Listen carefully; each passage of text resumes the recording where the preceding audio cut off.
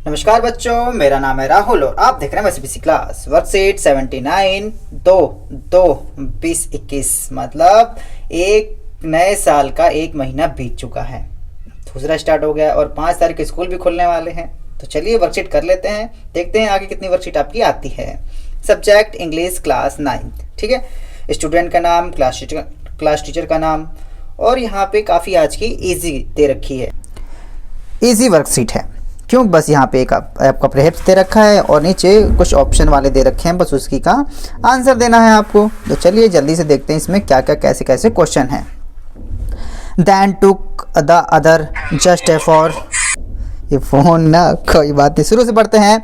Then took the other just for fair and having perhaps the better claim because it was grassy and wanted fear through as for that the passing there hard warm them really about the same and both that morning equally lay in leaves no step had trodden black.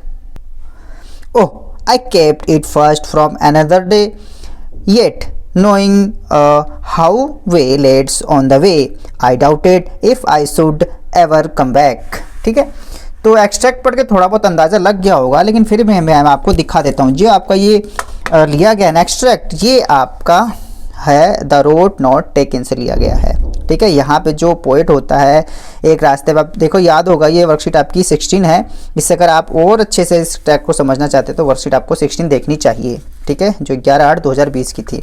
इसमें क्या है, जो आपका poet होता है वो एक ऐसे रास्ते पे खड़ा हो चुका है जहाँ से 2 रास्ते जाते हैं, ठीक है। एक रास्ते पे जहाँ घास कम है, एक रास्ते पे जहाँ पे घास उगी हुई है।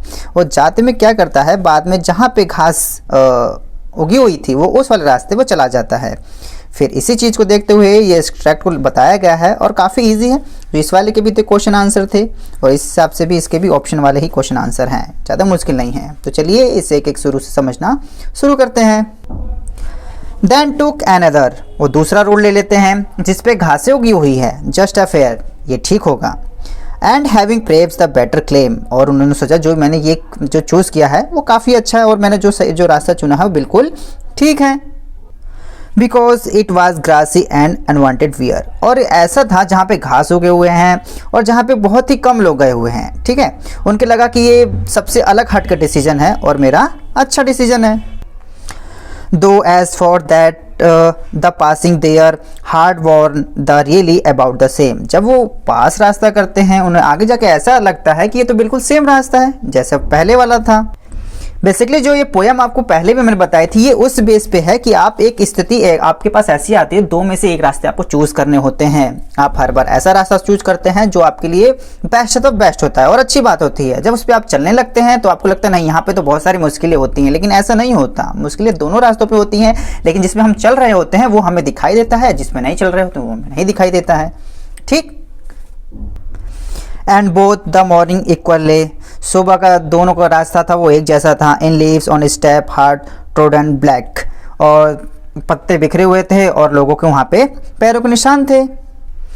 ओह I kept the first from other day, ठीक है, अरे मुझे ये किसी दिन और दिन ट्राई करना चाहिए। Yet knowing how the laid on the way, इस रास्ते को जानने के बाद जब जो चलते हैं तो उनको कठिनाइयाँ लगती हैं। आई डाउटेड, मैं काफ़ी कंफ्यूज हो गया। If I should ever come back, क्या मुझे वापस दोबारा से चले जाना चाहिए।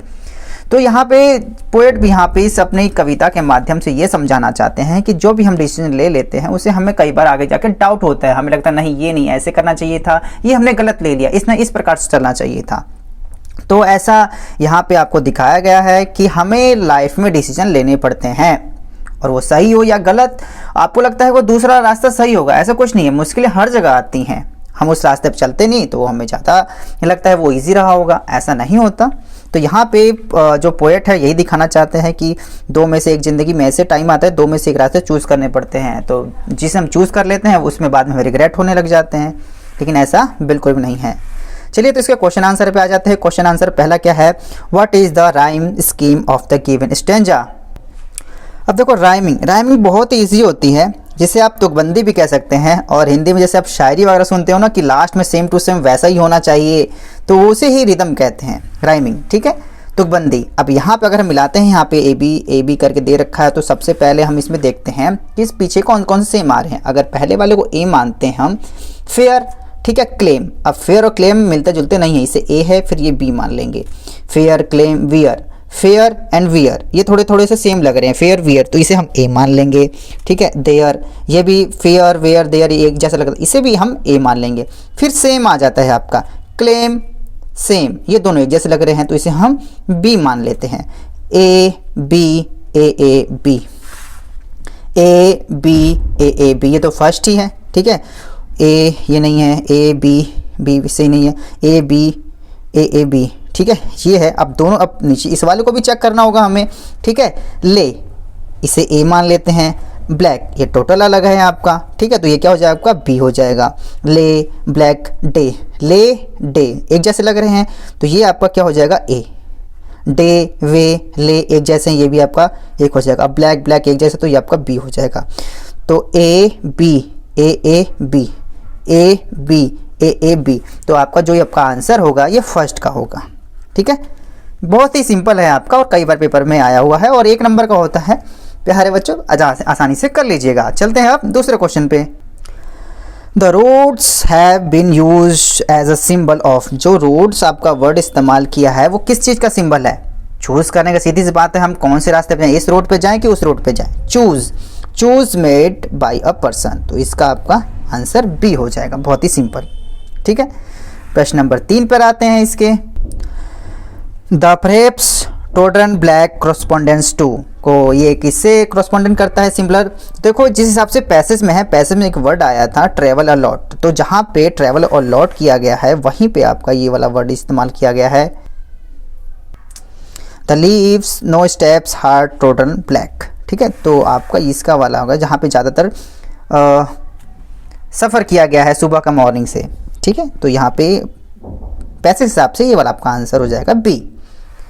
4th पे आते हैं आपका, why did the poet select the grassy road.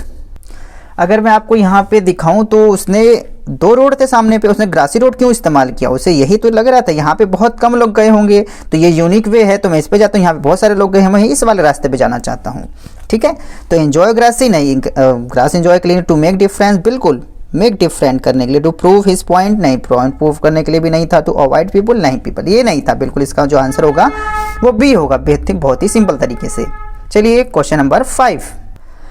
Some of the poetic device use to the given stanza are, बहुत सारे जो पोएटिक होते हैं वो कई प्रकार के रिदम इस्तेमाल करते हैं। अगर आपको मैं एक और वर्कशीट दिखाता हूँ, वर्कशीट नंबर आपके 55 में थे, ठीक है, वर्कशीट नंबर 55 में मैंने बताया था यहाँ पे कई प्रकार के रिदम होते हैं, कई प्रकार के डिवाइस इस्तेमाल किए जाते हैं। सिम्बली जो आप कंपेयर करते हैं, एडजमेंट, ठीक है, तो एप्टीट्यूड लोगों के लिए, एलिगेशन, ठीक है, ये अलग से जो लोग होते हैं उनके लिए एक रिदम राइमिंग स्कीम था, जो राइमिंग स्कीम वाला तो अभी आपने देखा ही था, ठीक है। ये आप क्वेश्चन वर्कशीट 55 भी कर चुके हैं, तो जल्दी से इसमें देख लेते हैं जो सारा इसमें जो पहले से ही है, और इस वाले में राइमिंग स्कीम में तो है ही राइमिंग स्कीम, इस वाले में मेटाफोर ये वाला भी हमने इस्तेमाल कर रखा है, और एलिट्रेशन भी है आपका, ठीक है, कई प्रकार का आपका यूज़ होता है सबका, तो यहाँ पे ऑल ऑफ दीज आपका आंसर हो जाएगा, ठीक है।